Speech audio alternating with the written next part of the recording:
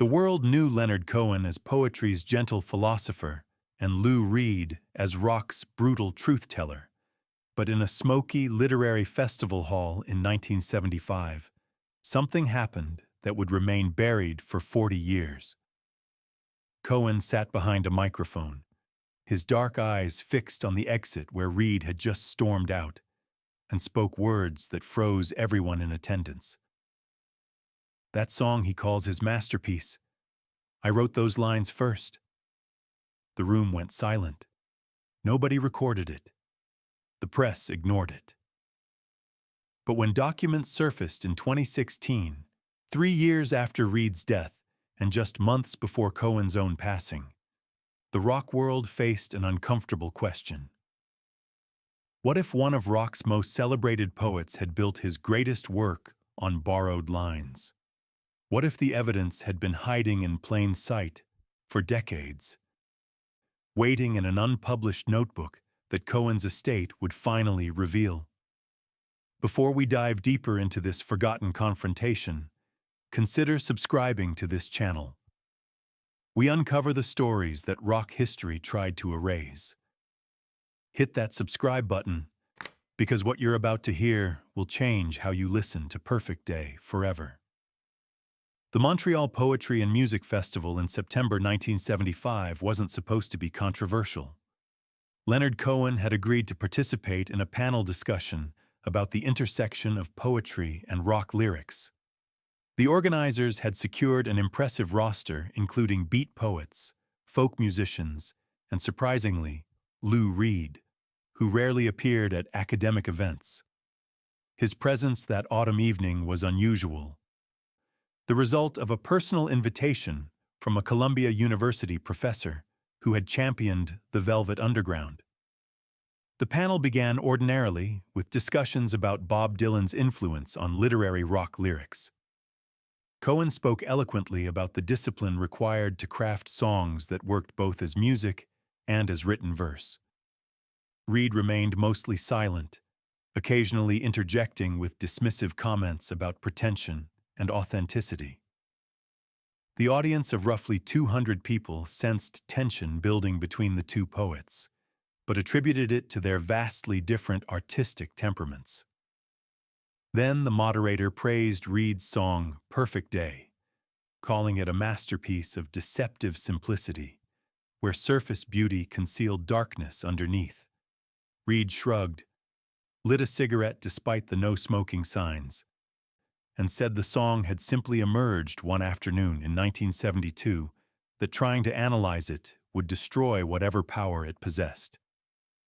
That's when Leonard Cohen leaned forward and spoke the words that would haunt the few who heard them. His voice remained calm, almost gentle, but his message cut through the academic pleasantries like a blade.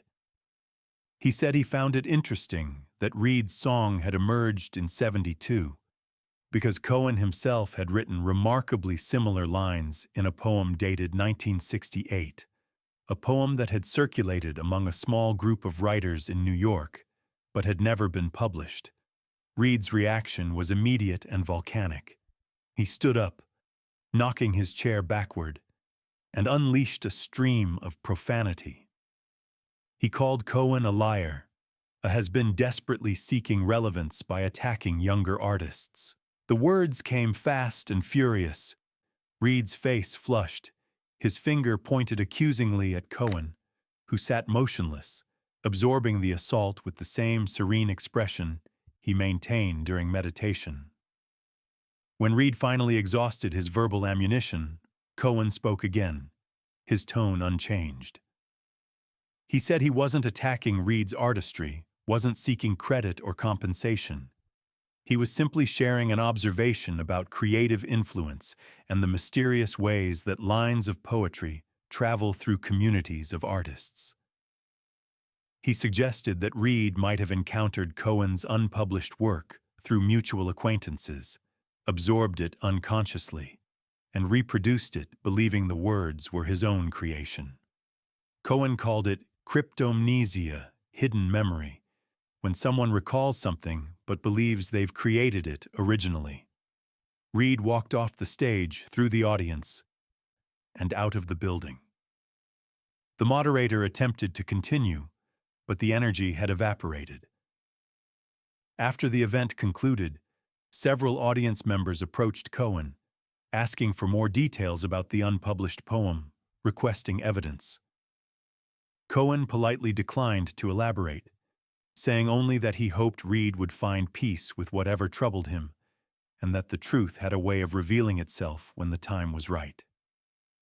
But what nobody knew that night was that Cohen had brought something with him to Montreal, something he'd kept hidden for 7 years, something that would remain locked away for another 4 decades.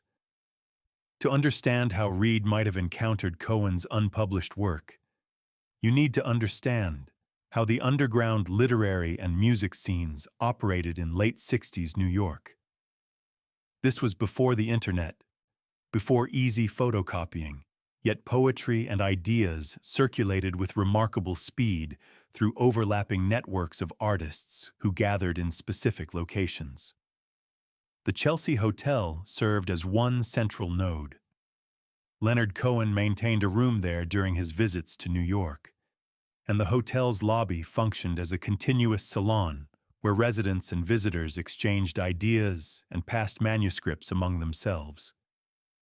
Lou Reed, though he didn't live at the Chelsea, was a frequent visitor through his connections to Warhol's circle.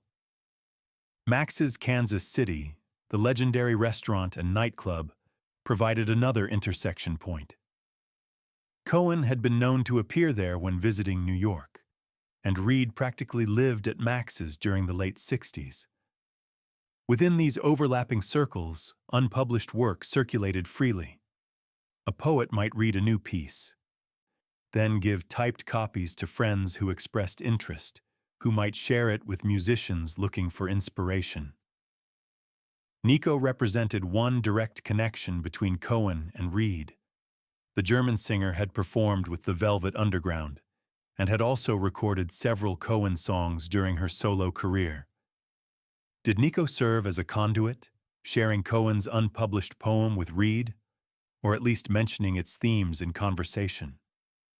Did she read it aloud at a gathering where Reed was present but not fully attentive, the words entering his consciousness without him realizing their source? When Lou Reed released Transformer in November 1972, produced by David Bowie, Perfect Day appeared as the album's 4th track, a gentle piano-based ballad that contrasted sharply with Reed's typical aesthetic. The song presented itself as a love letter, describing a day spent visiting a park, watching animals at the zoo, seeing a movie. But listeners familiar with Reed's work recognized the technique, presenting surface beauty while suggesting darkness underneath. Over the years, various interpretations emerged. Some heard it as straightforward romance, while others detected references to drug use, noting that phrases about forgetting oneself could describe heroin addiction as easily as love. The BBC used it for a famous campaign in the 90s, cementing its status as a cultural touchstone. What made Cohen's allegation so explosive was that Perfect Day represented Reed at his most seemingly original, the kind of intimate personal poetry that defines an artist's unique voice. After the Montreal confrontation, Leonard Cohen did something characteristic but frustrating. He let the matter drop completely. He gave no interviews about the incident, wrote no articles elaborating his claims, took no legal action. This silence puzzled those who believed his allegation had merit. If he possessed evidence that Reed had appropriated his work, why not present it publicly? Various theories emerged. Some suggested Cohen simply wasn't interested in conflict, that he viewed art as communal property and was uncomfortable pursuing accusations of plagiarism. Others suggested Cohen was protecting Reed, who by 1975 was struggling with serious drug addiction. Perhaps Cohen chose mercy over justice. A third theory held that Cohen was playing a longer game, waiting for the right moment to reveal his evidence, Reed never mentioned the incident publicly. In hundreds of interviews between 1975 and his death in 2013, he never referenced Cohen's accusation. Given Reed's tendency toward aggressive self-defense when challenged, this silence was noteworthy. The two men occasionally appeared at the same industry events over the decades, but witnesses reported no direct interaction. When Reed died in October 2013, Cohen issued a brief statement praising Reed's contributions to rock music. The statement made no mention of Montreal, no hint of their complicated history. Leonard Cohen died on November 7, 2016, at age 82. As Cohen's estate organized his papers, researchers discovered material that would reignite the forgotten controversy. Among his belongings was a leather-bound notebook dated 1968, and within that notebook was a poem whose similarities to Perfect Day were striking enough to demand attention. The estate handled the discovery carefully, consulting with scholars and legal experts. The notebook appeared authentic, the handwriting unmistakably Cohen's. When excerpts finally appeared in a scholarly music journal in late 2017, the response was immediate and divided. Those who had questioned Reed's originality saw vindication. Reed's defenders argued the similarities were general rather than specific, that thematic convergence didn't constitute plagiarism. The debate revealed larger questions about originality and influence in creative work. Rock music had always been built on appropriation. Bob Dylan had borrowed from traditional songs and countless other sources. The entire history of rock was a story of creative borrowing, theft, homage, and transformation. What remained unanswerable was whether Reed had consciously borrowed from Cohen, or whether the similarities reflected unconscious influence, parallel creative thinking, or pure coincidence. The Cohen-Reed controversy never achieved legal clarity. No lawsuit was filed, partly because both principles were dead, and partly because establishing plagiarism in poetry is difficult when dealing with themes rather than word-for-word copying. Instead, the incident became one of rock history's enduring mysteries, revealing larger truths about creativity and influence. What the controversy illuminated was how the rock poetry revolution created a new literary culture operating outside traditional publishing. Cohen and Reed existed in the same ecosystem, responded to similar influences, and addressed overlapping concerns about authenticity and alienation. In this world, influence was both inevitable and complicated. Cohen's apparent willingness to let the matter rest during both men's lifetimes suggested he understood these complexities. His Buddhist practice emphasized letting go of attachment, including attachment to credit and recognition. Perhaps he saw the potential appropriation as confirmation of his own philosophical views, that ideas circulate beyond individual control. For fans and scholars evaluating Perfect Day after the notebook's revelation, the song's meaning and power remained fundamentally unchanged. Whether Reed created it entirely from imagination or was influenced by Cohen's unpublished work, the composition still functioned as a masterpiece, still moved listeners with its surface beauty and underlying sadness. What the controversy changed was Reed's reputation for absolute originality.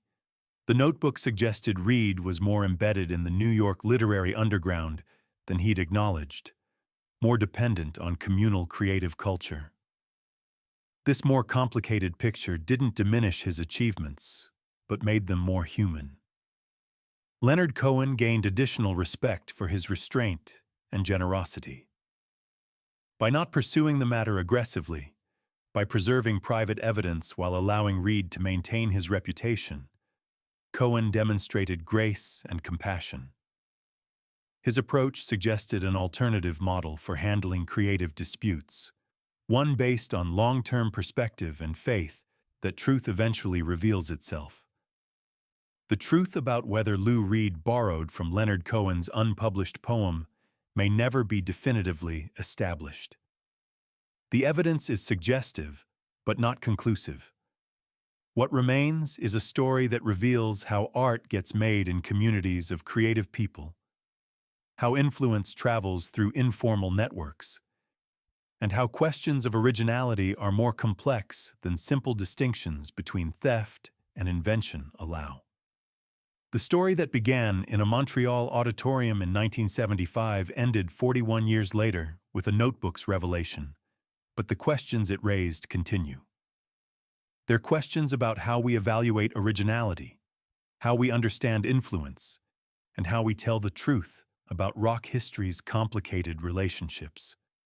Leonard Cohen posed those questions with his cryptic accusation. Lou Reed never answered them. And now we're left to work through the implications ourselves, listening to Perfect Day with new ears, recognizing that the boundary between inspiration and appropriation may be blurrier than we'd prefer to believe.